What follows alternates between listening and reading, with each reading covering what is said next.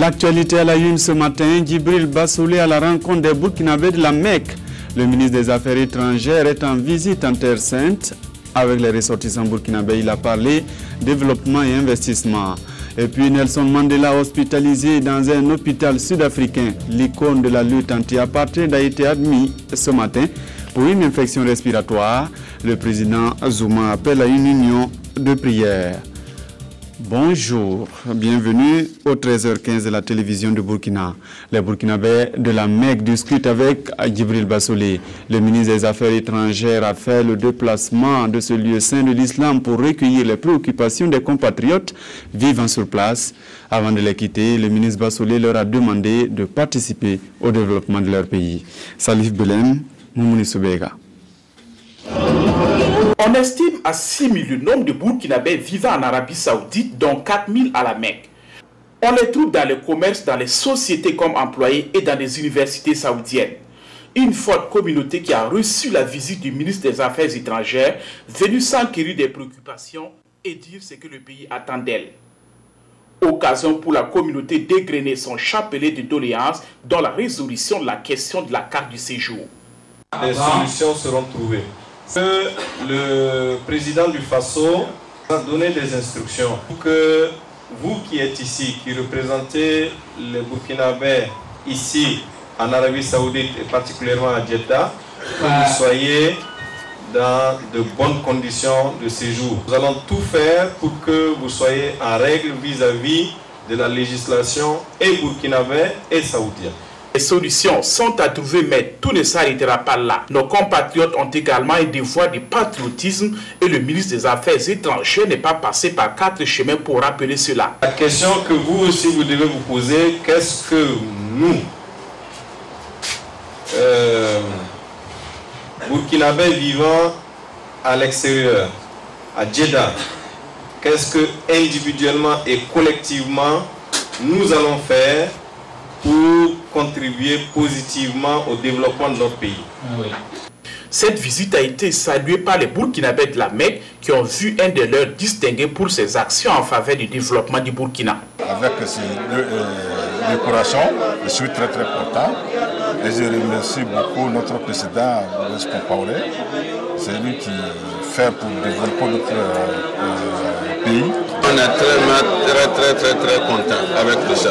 C'est notre première fois de reçu un ministre d'État ici à la Mecque et puis il nous a promis, on est sûr qu'il va faire son travail. Les Burkinabés de la Mecque ont aussi salué les actions menées par le président du Faso en faveur de la paix et la stabilité en Afrique et la récente percée des étalons à la CAN 2013. Djibril Yipene Bassoulé, qui vient d'accomplir la Umrah ou le petit pèlerinage, prévoit des rencontres à Jeddah et à la Mecque pour trouver des solutions aux problèmes liés à l'organisation du Hajj. Puisqu'on a parlé développement tout à l'heure, pour son développement, le Burkina multiplie les contacts. Le directeur général de l'Organisation des Nations Unies pour le développement industriel visite le potentiel énergétique de Ouagadougou, le poste d'interconnexion de Zaktouli, l'unité de production de biocarburants Belouet sont entre autres les sites visités. Abdel Aziz Yaguibou. C'est ici au poste d'interconnexion de Zaktouli à la sortie ouest de Ouagadougou que les 50 MW fournis au quotidien par la Côte d'Ivoire sont transformés avant d'être redistribués dans la ville à travers les réseaux. Un important ouvrage de l'interconnexion Côte d'Ivoire-Burkina qui a retenu l'attention du directeur général de l'Organisation des Nations Unies pour le développement industriel, ONUDI. À travers une visite conduite par les responsables de la Sonabel, Kandé Youmkela a été briefé sur la performance des installations de ce site. Sur ce site, nous avons prévu de construire la centrale solaire de Zaktouli, 33 MW, qui, si tout va bien, verra le jour en 2015. Et cette centrale-là sera la première, plus grande centrale de notre sous-région. Donc ce personnage, s'il vient aujourd'hui visiter ce site-là pour nous, nous voyons cela comme un soutien. Et comme lui-même il l'a dit, il va, avec l'Union européenne, supporter ce projet-là. Autre exploit en matière de production d'énergie nouvelle salué par le directeur général de l'ONUDI, la transformation qui s'opère ici au complexe agro-industriel Belouet. Une initiative privée qui s'appuie sur la technologie locale pour valoriser le potentiel agricole et végétal. Environ 4200 litres de biocarburant fait à base de jatropha et 1440 litres de biodiesel sortent au quotidien de cette usine. La visite sur ces deux sites répond à l'invitation que m'a faite le président du Faso à Addis Abeba. Nous avons pu apprécier les efforts réalisés pour développer le secteur de l'énergie au Burkina Faso. Nous avons tout particulièrement été impressionnés par l'unité de production de biocarburant Belvet qui utilise la technologie locale pour produire de l'énergie. Avec le soutien de l'ONEDI et des multilatérales, nous pouvons aller loin parce que si Belvet évolue, c'est les femmes qui gagnent, c'est les paysans qui gagnent. Et c'est dans cette dynamique que nous pouvons lutter efficacement contre la pauvreté. En partance pour le poste de l'initiative Énergie durable pour tous, toujours au sein de l'ONU, le directeur général de l'ONU promet apporter sa contribution au développement des énergies nouvelles et renouvelables au Burkina. Parlant d'énergie, justement, Ouagadougou et Bobo Dioulasso sont plongés dans le délestage depuis peu. Qu'est-ce qui est fait pour sauver la situation? Le ministre des Mines et de l'Énergie a répondu aux questions des journalistes ce matin au cours du traditionnel point de presse du gouvernement. Ces propos sont recueillis pour vous par Nyarkiteda. Depuis quelques années, la Sonabel connaît des problèmes. Nous avons des délestages qui commencent au mois de mars et qui finit vers le mois de juin. Mais c'est parce que la demande aujourd'hui augmente d'environ 10-11% par an. Nous avons fait des investissements qui n'arrivent pas à nous satisfaire et nous avons reçu des instructions du chef du gouvernement de faire de telle sorte que nous puissions développer un mix énergétique qui va nous éviter dans quelques années donc de tomber dans le délestage. Je profite pour vous dire que nous ne dépendons pas exclusivement de l'importation de l'énergie. Nous avons nos propres productions. La production thermique de la Sonabel augmente. Il y a une centrale, la commissariat que nous sommes en train de créer. La troisième tranche de la centrale va commencer bientôt. Elle sera opérationnelle en 2014. Et nous sommes en train de mettre une autre centrale à Bobo Dioulasso. Mais comme vous le savez, l'énergie thermique coûte cher. Le baril est à plus de $100 aujourd'hui. Est-ce que vous pensez qu'on peut continuer à parler d'indépendance énergétique lorsqu'on n'a pas d'emprise sur le prix du baril? Voilà pourquoi, en parlant de mix énergétique, nous avons parlé d'importation, nous avons parlé d'augmenter la capacité thermique de la Sonabel, nous avons parlé d'énergie renouvelable en termes de solaire, mais nous parlons aussi d'hydroélectricité, qui en réalité est l'énergie la moins chère, mais pour laquelle aussi nous sommes tributaires de la saison de pluie. Nous avons 4 barrages au Burkina Faso, mais vous savez que quand la saison de pluie n'est pas bonne, la Sonabel ne peut pas exploiter à son plein rendement le barrage de Kompienga et le barrage de Bagré. Voilà pourquoi nous estimons que tout en développant les importations d'énergie avec la Côte d'Ivoire, demain avec le Ghana, après-demain avec le Nigeria, nous devons travailler à avoir de la production thermique et de la production solaire pour éviter donc les délestages que nous avons à ce mois de mars 2013. Le ministre des Droits humains et de la promotion civique était également à ce rendez-vous avec les hommes de médias, ainsi que le ministre de la Communication, porte-parole du gouvernement. Nous y reviendrons en détail dans nos prochaines éditions. Satisfaction générale à Koudougou après 2 jours de restitution des réformes consensuelles du CCRP. Les membres du comité et les participants apprécient tous les avancées observées dans la mise en œuvre. Nathalie Kaouri. À Koudougou, les acteurs sociaux et politiques de la région du Centre-Ouest ont échangé à bâton rompu avec les membres du comité de suivi de la mise en œuvre des réformes politiques consensuelles. À l'issue des échanges, le comité pense avoir réussi sa mission. Nous avons très bien discuté sur le point consensuel que nous avons présenté. Donc les participants ont été satisfaits de la restitution que nous avons faite. Donc, je ne peux qu'être satisfait. Ce sont au total 123 représentants du monde politique et de la société civile qui ont pris part à cette rencontre. Et ce sont des représentants suffisamment imprégnés de l'état de la mise en œuvre des réformes politiques consensuelles qui repartent chez eux pour poursuivre le travail d'information au niveau de la base. Ce qu'on a retenu, c'est que ça a été bien restitué. Et on voit aussi que le gouvernement est en train de jouer son rôle. J'apprécie cette rencontre très positivement, qui pour nous, chers coutumiers, vraiment nous permettra de comprendre beaucoup de choses par rapport aux assises nationales. Cette restitution nous a permis réellement de participer, de mieux comprendre le fond de ces réformes, et c'est à notre tour de rendre compte à nos bases dans les communes, dans les secteurs, dans les grains de thé, pour l'avenir de notre pays. À la cérémonie de clôture, le gouverneur du Centre-Ouest a félicité les participants pour les conclusions auxquelles ils sont parvenus. Quant aux participants, ils ont émis une première motion de remerciement au gouvernement pour les recommandations déjà mises en œuvre. Une seconde motion d'encouragement a été formulée au comité du suivi pour que celui-ci veille à la mise en œuvre totale de l'ensemble des réformes politiques consensuelles conformément aux indications des assises nationales. Pas de réforme attendue à l'AMBF, mais des changements. L'Association des municipalités en congrès depuis ce matin doit élire un nouveau bureau qui remplacera celui dirigé par Simon Compaoré depuis 17 ans. Des réflexions seront aussi menées sur le mode de conduite de ce mandat. Maïmouna Traoré. Qui de ces 370 maires de communes et d'arrondissements remplacera Simon Compaoré à la tête de l'Association des municipalités du Burkina Faso? Le nouveau président sera connu à l'issue des travaux de ce 5e congrès ordinaire de l'association.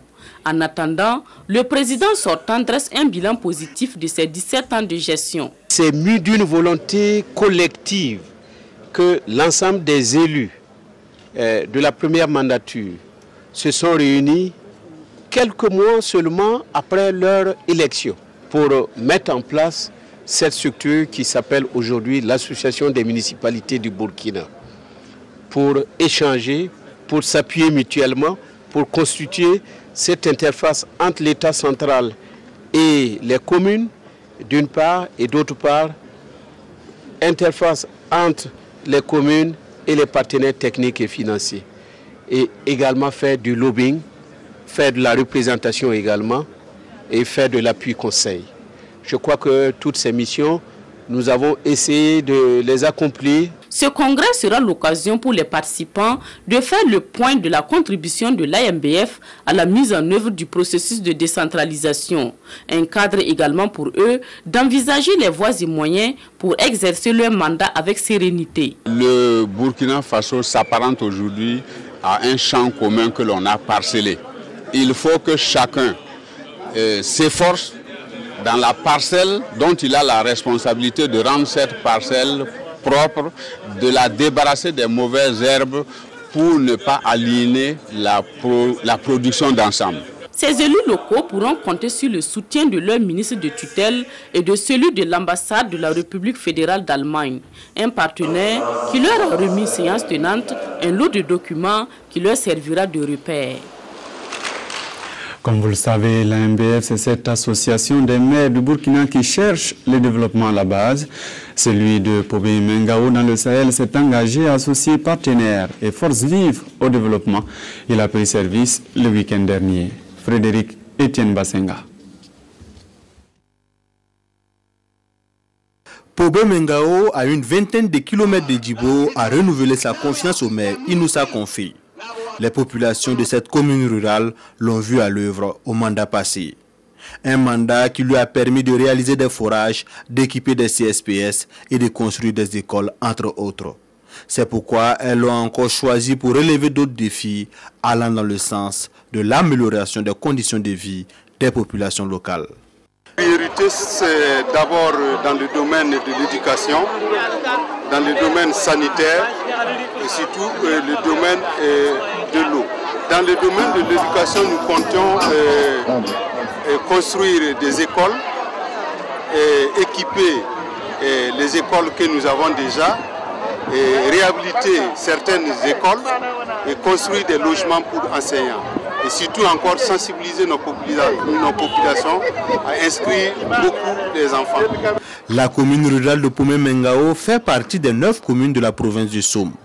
Une localité qui connaît un faible taux de scolarisation du fait de la réticence de certains parents à envoyer leurs enfants à l'école. Le conseil municipal, fort de 32 membres, a donc du pain sur la planche. Mais il compte sur le soutien de toutes les couches sociales de la commune. Nous sommes tous interpellés et nous devrons nous impliquer pour qu'il puisse réussir son travail. Et il a égrené, en tout cas, les différentes choses qu'il est appelé à réaliser. Nous allons l'accompagner, nous allons le soutenir. Ce qui est urgent, c'est le problème de l'eau. Il faut beaucoup de fourrage, et ça c'est pour les hommes, mais aussi il y a de l'eau aussi pour les animaux. Vous savez, l'élevage est très développé ici, donc l'eau est une denrée très prisée ici, et vraiment nous tenons à l'accompagner pour qu'il réalise cette tâche que nous attendons. L'agriculture, l'élevage et le commerce constituent les principales activités des populations de Pobé-Mengao. Et à cette cérémonie d'installation, elles ont exprimé leur volonté d'accompagner le conseil municipal pour un meilleur devenir de la commune. Élu le 2 décembre dernier, des députés de la 5e législature se présentent en avocat des enfants. Une trentaine a rejoint le réseau de promotion des droits des enfants. Le réseau créé en 2008 a tenu la relance de ses activités. Kwame Bama, Sylvain Vebamba. Suite au renouvellement du Parlement avec les élections couplées du 2 décembre dernier, le réseau des parlementaires pour la promotion des droits de l'enfant a vu partir la plupart de ses membres. C'est pour poursuivre le combat de ce réseau que des députés de la présente législature se sont associés. Et ce réseau qui a réalisé des activités majeures était menacé d'extinction. Et donc je me suis sentie interpellée et j'ai voulu vraiment relancer ces activités avec l'équipe. Nos ambitions, non seulement c'est de consolider les acquis déjà réalisés par la première équipe du réseau et ensuite renforcer ces acquis-là. Et nous pensons déjà à renforcer les capacités même de l'équipe et même du Parlement en matière de droits de l'enfant. Lorsqu'on promeut l'application des droits de l'enfant, cela veut dire que les conditions d'existence, de vie de ces enfants et donc des parents s'en trouvent améliorées. Les nouveaux membres du Reproden qui ont déjà mis en place un bureau de 8 membres ont eu droit à une présentation du plan d'action 2013 et du réseau de parlementaires pour la promotion des droits de l'enfant par sa coordonnatrice sortante qui s'est dite heureuse de passer la main. Des débats et des échanges ont permis aux membres cooptés de peaufiner le plan d'action dont la mise en œuvre permettra au Reproden d'être dynamique sur les chantiers de la protection et de la défense des droits des enfants. Un autre réseau qui se dit d'intégration et de formation va à la rencontre des chefs coutumiers. À travers une caravane dénommée Caravane de la Sagesse, les membres sont allés voir le Moro Naba. Nathalie Sawadogo, reportage. Voici les caravaniers venus faire école chez Sa Majesté le Moro Naba Bangogo. Se ressourcer pour s'enquérir des valeurs de tolérance et de civisme afin de préserver la paix au Burkina Faso, tels sont les objectifs que s'est assigné le ROASIF, le réseau ouest-africain pour l'intégration et la formation. Pendant 1h30 d'horloge, professeurs et élèves se sont entretenus sur les valeurs cardinales qui sous-tendent la paix. Message bien reçu. En tant que membre du réseau, ce que en tout cas moi j'ai retenu et ce qui m'a tellement galvanisé est que le Moro nous a prodigué des conseils. Il nous a dit que le foyer, il nous a dit que la famille est le socle de l'éducation. L'éducation de la base doit commencer dans la famille avant quand même d'entamer les autres institutions, à savoir l'école et les autres cadres. C'est ça qui m'a surtout galvanisé. Donc dans ce cadre, on va essayer de militer pour essayer de canaliser un tant soit peu l'incivisme, l'intolérance et les grèves quand même qui freinent et contrecarrent quand même notre avancée dans le domaine académique et dans d'autres quand même lieux. Nous avons appris qu'il est important pour nous de cultiver les valeurs de pardon pour pouvoir ensemble espérer un jour être dans un pays paisible et stable. Accompagnés par leurs parrains pour la circonstance, ils disent toute leur satisfaction et leur engagement à soutenir le réseau pour l'atteinte de ses objectifs. Quand les jeunes élèves et étudiants nous ont approchés, nous n'avons pas hésité un seul instant à accepter de parrainer la cérémonie. Parce que nous pensons que c'est des idées nobles, c'est de très bonnes idées qui peuvent par la suite arrêter un temps soit peu l'insuffisance que nous vivons dans ce pays-là. Je retiens une satisfaction, j'allais dire même totale, parce qu'après près d'une heure et demie d'échange avec Sa Majesté, nous avons compris effectivement que la démarche initiée par les étudiants a été bien acceptée, bien appréciée par Sa Majesté.